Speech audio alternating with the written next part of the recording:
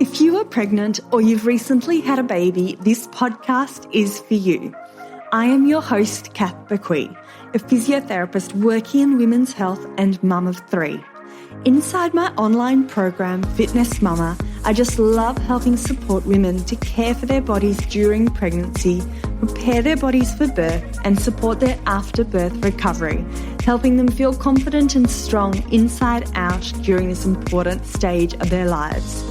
In this podcast, join me each week as we dive into all things pregnancy care, childbirth, and postnatal recovery, helping you through every step of the journey. It is absolutely possible to feel amazing and confident in our bodies during this motherhood journey, and I want that for you. Come and say hi to me on Instagram at FitnessMama, and let's dive into today's episode. Hello and welcome back to the Pregnancy, Birth and Recovery podcast. So today's birth story is with Millie, and Millie is a professional dancer, freelance choreographer, creative director and veterinary nurse, as well as being a dog mum to 2 Labradoodles and most recently a human mum to a little girl called Rory. So Millie shares her journey today to becoming pregnant. She talks us through how she found pregnancy being a professional dancer, and she talks us through her birth choices in terms of choosing whether or not to have a caesarean birth versus a vaginal birth and her reasons behind it. Millie then also shares her recovery process and how she managed to restore her body and feel stronger again after birth and get back into dancing. So no matter what type of birth you're planning, vaginal, caesarean, I do think you're going to get a lot of value out of today's episode. It was lovely to chat to Millie. Before we do dive into this episode, I would love to invite you to come and join us inside Fitness Mama.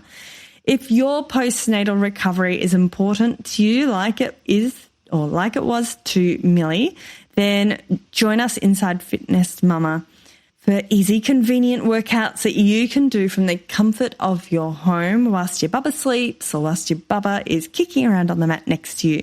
So restore your pelvic floor, restore your core muscles, get stronger so that you can get back to doing what you love with a bubba by your side. So head to fitnessmama.com. There's a 7-day free trial and the link is in the show notes. All right, let's get into this episode.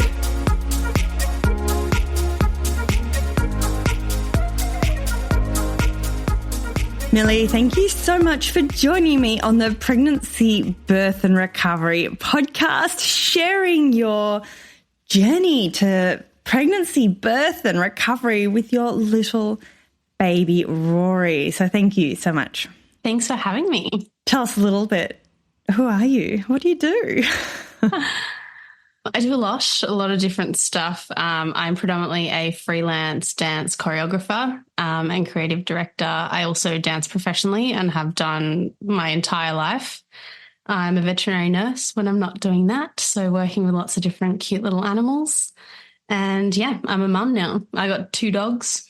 I have lived in Sydney, New York, Perth, back in Sydney now. I love it with the bio when you booked this appointment. I love how you put your dogs above your baby, your fur mum. Well, I mean, technically they came first, so. Absolutely. I get it. So let's start at the start of your pregnancy journey. Even before that, like you were busy before you got pregnant, correct? Yes, correct. So I think given the nature of what I do, being freelance, no 2 weeks look the same. Everything's very all over the place. My now husband, Connor, is a doctor, so he works full time. So I think for the both of us, we kind of were like, there's never, ever going to be a good time for us to start this. And we got married at the end of 2022, and we kind of just always set a goal that after that, we'll just like see what happens. And things happened quite quickly. Yeah. So even before considering a baby, we just had a lot on and we were living all over the place. And I ended up moving to Perth for him because he was finishing off med school and stuff. So we did long distance for a few years. I think by like the 5 or 6 year mark of us being together, we had spent more time apart than together. So, yeah. Yeah, wow. So in the lead up to your wedding and then deciding, okay, you know, let's give it a crack, did your life change at all? Because as you mentioned, you were busy, you're very active in your line of work. It's not like you just can work 9 till 5, I'm assuming. So what changed, or did anything change? To be honest, nothing changed. And I'm like, in hindsight, looking back, I think I really didn't know what I was in for, because my goal was to try and keep doing everything for as long as I could and not have to sacrifice work or lifestyle. We're quite like fit, active people, so it wasn't necessarily anything had to change in terms of that. Yeah, I kind of just kept on keeping on, but pregnancy hit me hard and fast. So in between everything, I mean, I think the good thing is with obviously being a creative and most of my job being teaching work, they're kind of in like short little like chunks of hours. So I was able to kind of deal with all of my like morning sickness and stuff in and around that. So if I wasn't teaching, I was like in bed. Oh, okay. So when you say pregnancy hit you hard and fast, is that what you're referring to, morning sickness?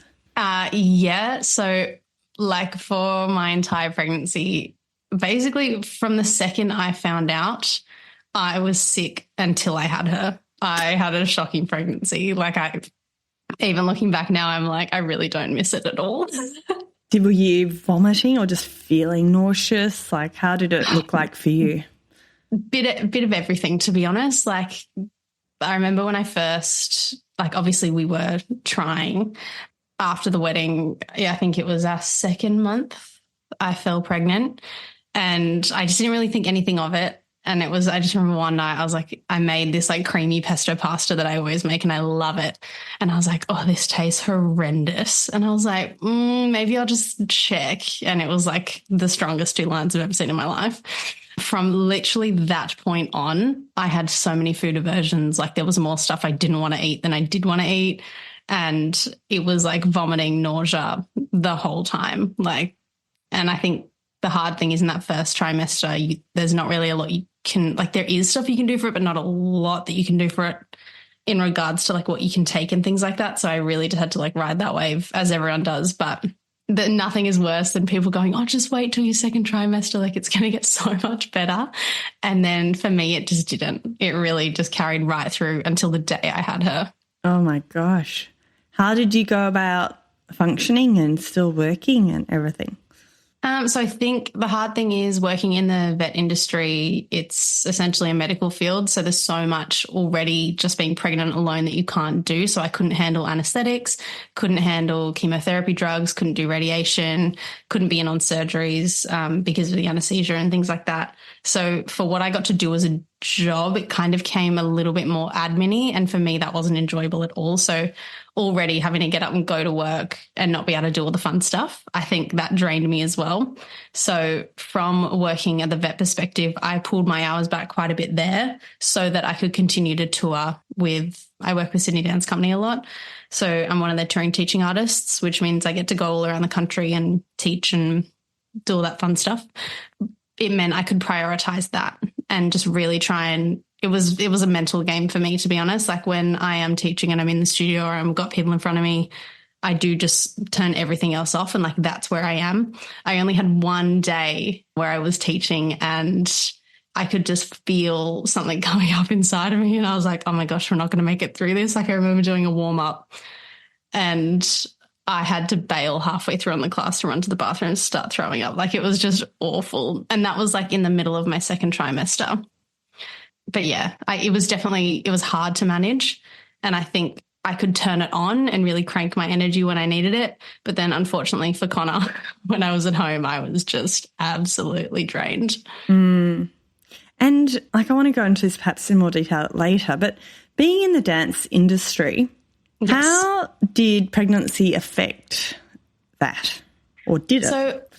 Well, I think the cool thing about it is that obviously using my body every day for work, I know it inside out and I know how it feels and I know what it needs and what it responds to. And I think being pregnant was really fascinating for me, and it was a real learning curve because my body wasn't functioning as I knew it should have been. And I think that was kind of a hard pill to swallow. But at the same time, I just made sure I stayed really on top of all of my conditioning training as much as I could. I was still doing strength. I was still doing all my flexibility. Obviously, I was working alongside physios to make sure that nothing I was doing was unsafe. But I think, as everyone kind of said to me, like if I was going to just start running marathons when I became pregnant, that would be different to if I had been conditioning it from early on. So I've always been throwing my body around upside down on the floor, and I kind of kept doing that, to be honest. Like the hardest thing was just once my belly started growing, it kind of just got in the way, if that makes sense. I didn't actually have to fully change anything I was doing. I was still jumping, rolling on the floor, doing everything literally up until like 48 hours before I had her. Oh my gosh, I would love to see some footage because that would be amazing. I know I couldn't have done that. I do have some stuff of me rolling around at like 35, I'll have to scroll right back on your Instagram. Okay, so you're pregnant. You're touring the country at times. You're feeling sick a lot of the time. At what stage did you start to think about birth and preparing for birth and, you know, what you wanted to do about birth? So this was on top of feeling horrific. From the very first scan that we had, they were saying that she was tracking up in the 95th, 96th percentile.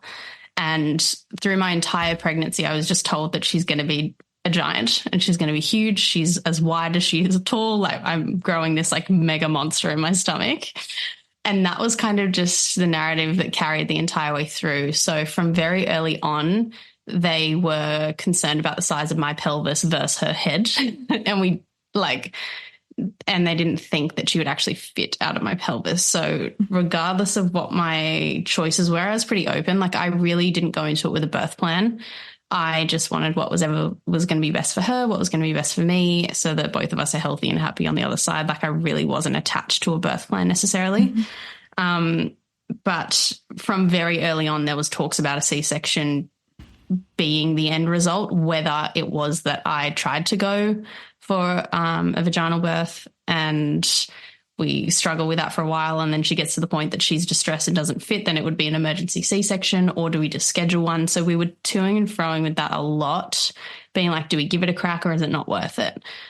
We got to the point where, and I had like really open discussions with my partner about this because yes, it was this is like obviously my experience, but I was like, it's my body, obviously.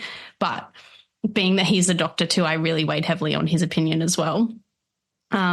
And we both kind of agreed that C-section, just off the bat, if she was going to be massive and she was going to wreck my insides, I think too, because I knew that I was going to continue dancing after birth. Yeah. So also putting my body first in a way of, do I want to risk shredding my insides for this mega melon to come out? Yep. Or do we kind of take that other option? So that's what we went with, and we had kind of had that in our heads from the get-go. So I really just kind of set my mind on that and just looked into everything around C-section birth. Cool. And mentally that's kind of where I was at going into it.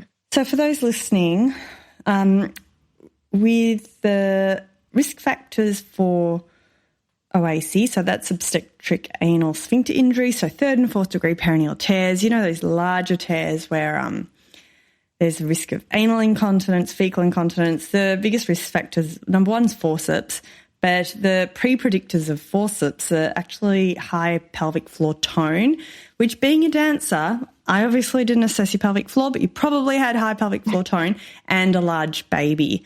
So and that's not from knowing you or your situation, but they are two relatively big risk factors. So I can totally understand why you had that conversation with your healthcare team. Yeah, for sure. And I think what was interesting was I said that in my head and I was more than comfortable with that choice from very early on, but it's always interesting. I went through the public system, so you're seeing different midwives all the time, you're seeing different doctors and things like that. And because of her size, I had probably a few more ultrasounds than others would.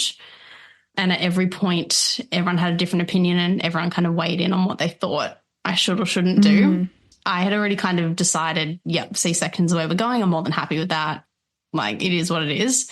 But then you've always got people trying to sway you the other way. And I was like, that was probably one of the harder things. And I almost felt like I was apologizing, or I was like feeling guilty for taking that option. It's a real challenge. I think as time goes by, we are learning more about predicting outcomes of pelvic floor dysfunction and pelvic floor trauma, and that will therefore help to change the discussion about caesarean versus vaginal birth in terms of, and I'm only talking about it from a pelvic floor perspective, which is only one piece of the puzzle when it comes to giving birth.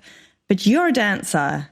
It's a very different situation to someone who doesn't want to ever look at a treadmill their whole life. Or, do you know what I mean? So you're having pelvic floor trauma for you has bigger risks than it might have for someone else who really just wants to be able to walk with a pram comfortably with a baby. So I need to be able to jump and not have leakage freakage. Yeah, so I thank you for bringing that up, because I've just done a podcast episode on how we do need to open up this conversation. I think there's been so much stigma attached to, as you said, feeling guilty about having caesarean, or, are we doing the right thing for you and Bub? But if we can open up conversation, and we know, like, research is also guiding us, and pelvic floor, it's such a new area. Like, this is like being pelvic floor trauma informed it's a very evolving situation rapidly. So, yeah. So thank you. For sure. No, that's good. Did you get much kickback outside of the hospital? Outside of the hospital, no. I mean, there's a few friends that, like, I know have had kids prior, and everyone's got their own version. And I think it's insane that, like, birth is essentially the same result, but there's a million different pathways to it. And just people that have taken very different pathways to me and were curious as to why so early on I was set on that. And my reasoning is basically what we've explained here, is just that, like, I do need to put my body first in a sense. I want to make sure she's safe and I'm safe, but I also need to make sure that I have longevity in my career following this, because it is something that I wasn't ready to give up. And yeah, my pelvic floor and my core is everything. Like, if I don't have that, then I can't do what I do. So yeah, it was interesting having those chats with people, for sure. And it's interesting hearing people that you wouldn't have thought would be so, like, heavy-handed with their opinion come forward on it. But overall, I think it's nice that we're at a point where you can have open conversations with people and people can throw their opinions around. But I just think it's being respectful that everyone is different. And that's one thing that I really noticed, were people that were all for it, and then people that were so like, I can't believe you're committing to that and you're just going to do that off the bat. So. And I do just want to add, for anyone listening that's, umming and ahhing, not sure, and getting conflicting information, one other avenue to explore, again, not to tell you which way to go, but just so that you're more informed, is to have a pelvic floor physio assessment. Because if you can determine if you've got, there's certain things like high tone pelvic floor muscles, if you've got a shortened perineum, like, there are indicators that, again, just add puzzle pieces to the overall picture. So if you choose to go down the role of vaginal birth, but you do have a baby and you do have high pelvic floor tone, a bigger baby, and higher pelvic floor tone, you might want to consider perineal massage, or, massive amount of pelvic floor relaxation. So there are options there. But as we said, it's all about being informed and feeling empowered with that choice. Okay, for sure. Because I also know that. Sorry, no, go for it. Go for it. Take it away. No, I was just going to say, when we got to kind of the pointier end of things, like when I was late in my third trimester, I remember having an appointment with one of the obstetricians, and they were kind of going, "Oh, you know what? We're at this point. If she comes early, are you willing to give it a go?" But mentally, for me, I had just so prepped for a C-section, and I hadn't done any of my peritoneal stretching, like, if I had have done that, probably a different story, but I'm like, I wasn't prepped for that. So once we got to that point and people were starting to go, you know what, but maybe. And I was like, no, we're way too deep in this. Like I made my mind up. Did you know that pelvic floor physio could potentially help in this area? Or was that just something you don't know what you don't know?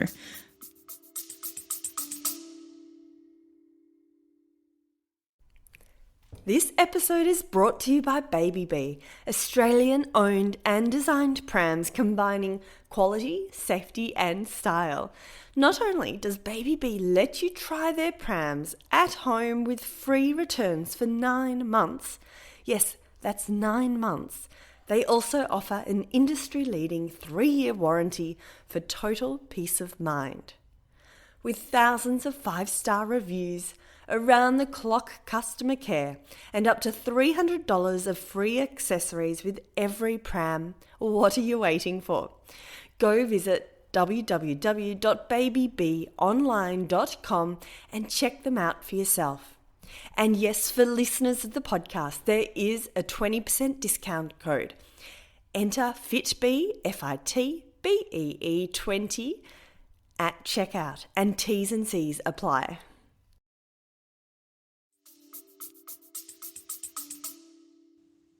Look, I think you don't know what you don't know. And like obviously out the other side, I think going into hopefully pregnancy number 2 at some point, I think I'm more than happy to weigh out my options again. Also knowing what my outcome was. I don't know if we're going to like touch on that later, like actual birth and everything. Yeah, we're getting there. But yeah, I mean, like, and as I said at the start, I was always open to everything, but I think once we'd kind of like, I had my head like pretty strong in the game that's what we were going to do. And then when it gets so late in the picture, I'm like, no, I haven't prepped. Nothing's ready if we go the other way. Yeah, I get that. Okay, so you've got in your head, you're having a caesarean. How did you prepare for a caesarean? I used the Birth with Beth power birthing online. Cool. Yep. And she has a fantastic section that is dedicated solely to C-section. And I think it's just really nice to have that as its own option. And not just, here's if this happens, here's what could go on. But like if you've actually chosen that or this is what is right for you, here's how you're kind of going to approach it. And I think the biggest thing was just like looking at what I would need after. Obviously it's major surgery and you're cutting through like multiple layers of muscle and then the recovery is pretty intense. I think if you go into it knowing that and knowing what you're kind of in for on the other side, that's what I focused on more so, not going into it, but more what I would have to do on the other side. Yeah. Okay. So talk us through the days or day leading up to the caesarean. Like talk us through it. Take us on the journey. So she was supposed to be scheduled and they were going to schedule her for 39 weeks, I think. So I should have been getting a call that week to be scheduling for a week or 2 later. So at this point, I'm like, I was 36 weeks and 7 days when I had her. I taught 48 hours before, and so funny because Connor had never done one of my classes before. And I was like, you know what? It's my last class. And that was always scheduled to be my last class before I like took time before I went to go have her. And I was like, come do my class. So he came and did it. And then he flew to Brisbane that night. So this is like the Saturday. He flew to Brisbane that night for a gastro convention because we were like 2 or 3 weeks out. And I was like, you know what? It'll be fun. And everyone always goes, oh, your first one always comes a little bit after. Or it's like, it's full term. Like, so I thought we were absolutely smooth sailing, but also was like, how funny would it be if I went into labor and you were up there? But at least it's Brisbane. So there's like flights every hour or so, like we'll be fine. Anyway, so he's flown to Brisbane that night. I dropped him at the airport and then like not even 48 hours later, I picked my parents up from the airport who had been in Greece for 3 weeks. I was supposed to be giving birth at RPA and we live in the inner west. So it was going to be like an 8-minute drive to the hospital, but they live on the northern beaches. So I'd driven them to the northern beaches and I stayed there for the night and I woke up at 5 a.m. with contractions that ramped up pretty hot and heavy and were like super close together. Gave it an hour or so, called the hospital, called Connor, and he was about to head into the convention up in Brisbane and he's like, I'm probably just going to get an Uber to the airport. And I'm like, it's probably a good idea. So I had both my parents drive me in peak hour traffic from the northern beaches into RPA, which is like, it took us over an hour. There was just something so funny about Connor not being there. And I'm in there with my mum holding a hot pack on my back. My dad's like, I'm like squeezing my dad's hands and I'm like, this is not how this was supposed to be. It was so funny. But we were just like cacking through the whole thing, and they knew that Connor wanted to be there and that it was originally going to be a scheduled C-section. And again, mentally, I had not committed to doing it any other way. So they had to give me an injection to slow down contractions to make sure that Connor actually made it back in time. He got on a flight. My dad went and picked him up from the airport. They were holding off. They had everything ready to go. Mum's in the room with me, like ready to tap in to theatre if she needed to. She was so ready to come in. She would have loved it. Connor got there. Oh, she was so ready. But we managed to get Connor there. They'd slowed my contractions right down, and he met us in the anaesthetic bay. We went in and had her like 20 minutes later. I should ask how you're feeling first, but how is he feeling? Oh, he was just he said it was like the longest flight of his life, even though it was only like Brisbane. But they're like offering him meal service and things. And he's like, I can't eat. I can't do anything. So he was a little bit flustered. I just thought it was hilarious. Like I was cacking through the whole thing because I was like, this is just the funniest storyline. And it's exactly what we said would happen. Because he was away and we were like, okay, she can't be born on this day because mum and dad aren't back yet, but then she can't be born on the next day because Connor's not back yet. And then it all just happened and, yeah, quite eventful.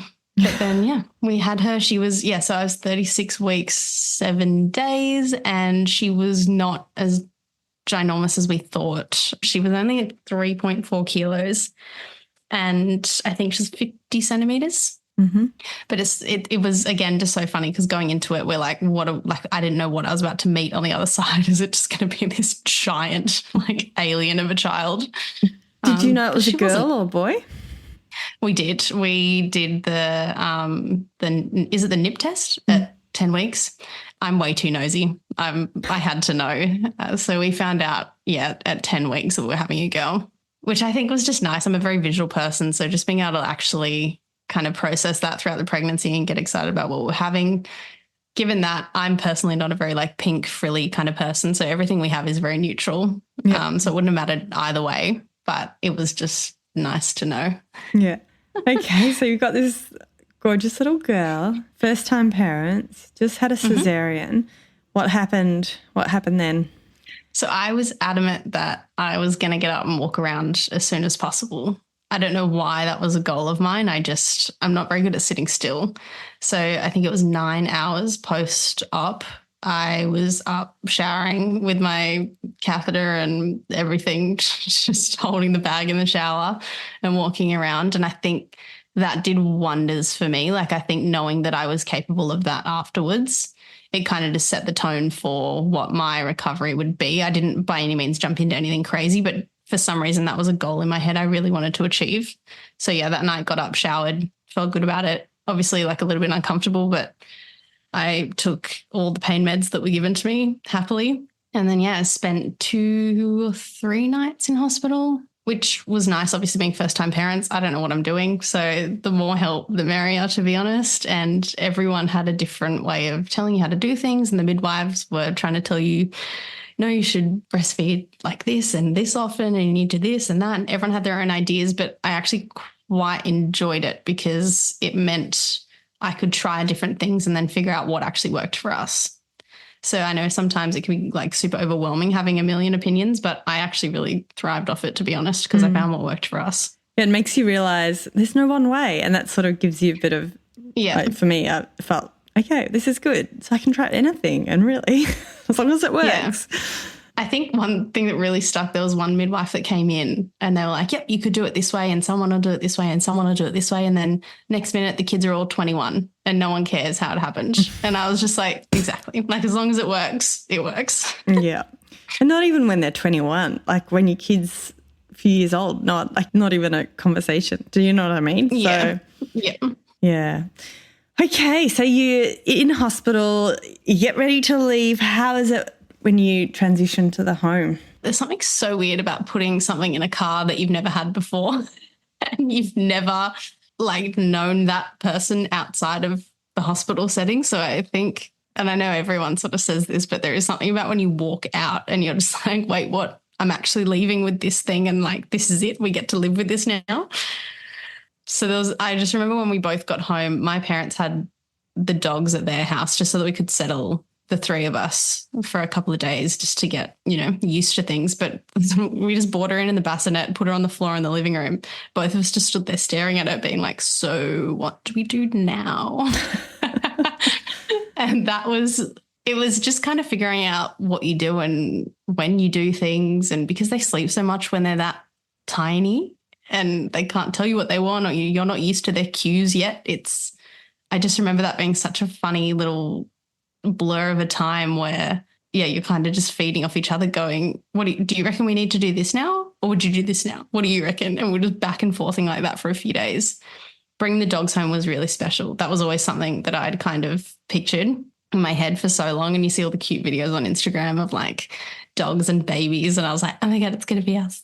And to be honest, we didn't really train or teach the boys anything other than we took some of the swaddles. I got mum to take some of the swaddles home from the hospital just so they could sniff it. Whether that made a difference or not, I have no idea. But when we brought them in, they were gorgeous. I do have clips up on my Instagram of when they first came home and met her, but they were so gentle and they've remained that way. Like if anything, now that she's like 5.5 months and she's like reaching for them a bit more and she's curious, but she'll like grab them and they'll whimper, but like they would never do anything, which is lovely. So we didn't have to train anything and they love her and they just come and like lick her on the feet and the hands. She's going to have great microbiome. Being a vet, did that help with the, Yeah, I think working in that industry for sure definitely helped with like, I never had any nerves about it. And I think I had such a good understanding of dog behavior that I knew these two weren't going to be an issue. If anything, like our younger dog Herb is like a little bit of a wild child usually and will like jump up on people and like lick people to death. But he is just so mellow with her and it's the coolest thing to see. Like it's weird how they just kind of like know. They're like, cool, it's another human, like got to be respectful. And she's tiny, so we'll keep our distance. We're learning how to share toys. It's fine, as I said. I just think it's fantastic. You're talking like about your dogs like they're other children of yours, which I know they are. And I've got a dog and I totally call her my fourth child, but it's funny to hear. I think I was really nervous because I know some people say like once you have a baby, the dogs just kind of like take a back seat. And like we've had our dogs, they're both like 5 and 6 and I've always been an animal person. And I was like, no, there's no way like that they're coming second and all this sort of stuff like to start with. And to be honest, like I don't think the love level has changed for anyone too much. It's just that these two are self-sufficient. I can scatter feed them on the floor and leave the house. And the other one I can't do that with. So yeah. But yeah. So they don't come second. They're equal first, are they? I think they're equal first. One's just a little bit more needy. Well, that's what I said about my dog when we got a puppy. I was like, what am I doing? It's like having a fourth child. But then with a puppy, if you get annoyed or it's just making too much of a noise, you can just lock it outside. It's fantastic. Mm-hmm. Whereas you can't do that with a baby. Can't do that with a baby. Not quite self-sufficient yet. Give it a few years. Okay, so 5 months old. Oh, wait, one question I did have. Dancing. Yes. You've had a caesarean. Yes. You want to get back into dancing. Are you back into dancing? How did you get back into dancing? And how did you, support your postnatal recovery? Yeah, so I never realised how much you bleed after birth, regardless of what sort of birth you have. And I think that was something I really was like, oh, wow. So it's kind of same in terms of like you do bleed a lot. I bled particularly long. I bled continuously until 15 weeks, which 15. Yeah. So we hit I went and did my like 6-week checkup, obviously, and that could not have come quicker. And I started exercising around then, but the bleeding hadn't really stopped. And I was noticing that it would get really light until I would exercise or do something that was kind of like high rotation or strain through my midsection. And then we went and had an ultrasound just so we could see like why I was still bleeding. That was at about 11 weeks. And I had quite a significant amount of built up granulation tissue on the inside of my uterus. So the outside of my scar had healed really nicely, but the inside wasn't so nice. So it just meant that was still shedding. So every time I kind of exerted that area, I would bleed. And once I knew that, it kind of put my mind at ease a little bit more, because otherwise I was like, oh my gosh, like, why is this still happening? So I kind of just rolled with that and was just doing really light body weight exercise. I wasn't necessarily straight back into dancing stuff, because I know that's like very high rotation through that midsection. So did that. Bleeding kind of eased off about 15 weeks. But by the 10-week mark, I was back sort of teaching. So not necessarily throwing my body around, but I was back kind of just starting to like stretch and get in the flow of things again. And now that we are, 5.5 months on, I'm like full on back into everything. I didn't have too bad a separation with my abs, which was nice. And everything feels great now, to be honest. Like, yeah. So your rehab, so to speak, did that consist of walking and then light stretches and like sort of easy dance moves? Is that right? Yeah, pretty much. Walking, I actually, so funny because I wasn't really much of a runner pre having a baby, but for some reason that was something I knew I could get my cardio in without doing crazy moves. So I started running a fair bit, which actually felt really nice. Yeah. At what stage? Walking, running. I think I went for my first run at like 7 or 8 weeks, and then just sort of slowly built that and was doing that intermittently in between walking, and then trying to integrate back in. I'm a huge fan of like core work and ab strength. So trying to slowly get back into that stuff was interesting, because you go to use something that's not there. Yeah. So I found that quite interesting, but it was just like a slow and steady build up to that pelvic floor, heavy focus on that sort of stuff. And I think for me, because I've always worked with my body in that way, I understood what I was supposed to be working and where. So I think I had a huge advantage with that, in that I knew how things were supposed to feel and that we were on the right track. Mm-hmm. Yeah. Oh, that's great. It sounds like you did a great job with gradually increasing things slowly and I guess methodically as well, rather than just getting straight back into it. Yeah, mentally was harder because I wanted to. But every time I did try and push something when something wasn't ready, my body told me that I needed to pull back. In what way? I had that. I just would feel like I would get kind of like hot and achy down in around my uterus and all my scar tissue. And that wasn't necessarily from doing anything outrageous. It would just be like if I was doing sort of like a body weight workout that was just kind of like legs and things, I'd try and hold a plank. Or I'd like try and just test the waters a little bit, and my body would be like, no, thank you. Please hold off on that for a while. And I was like, sure. Yeah. And as you said at the start, you're very in tune with your body. So yeah, that's great. Okay, so for any pregnant women listening today or new mums, do you have any, being a seasoned mother of 5.5 months, do you have any piece of advice or any words of wisdom? To be honest, I think hydration was something for me throughout my entire pregnancy, even post, like I'm breastfeeding, I still am. Staying hydrated was probably my number one thing. I invested in my giant Yeti the second I found out that I was pregnant. That has been with me through and through. I use the, what's the brand? It's like Mini Mama or Mama Mini or something. They do like it's not Hydrolyte, but like their version.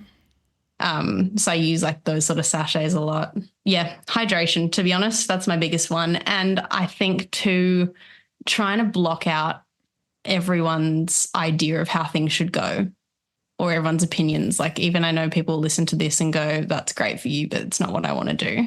And I think that everyone just needs to be super respectful that everyone does have a different idea of how they want to approach things into and also out of the birthing scene. So I love it.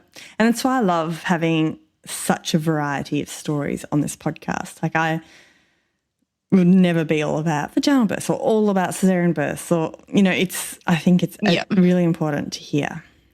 Well, yeah, for sure. I can totally see the value of hearing lots of different experiences. So thank you so much for taking the time out of your busy schedule to chat today. I really appreciate it.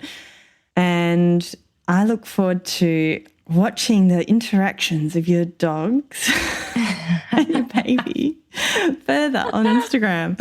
How can people come and find you? So my Instagram handle is just Millie Slinnett, and that has the biggest mixed bag of things on there. It's personal life, it's professional dance life. I've got my dogs on there. I try not to spam everyone with baby content, but like it's hard when that's pretty much all you're doing every day. Yeah.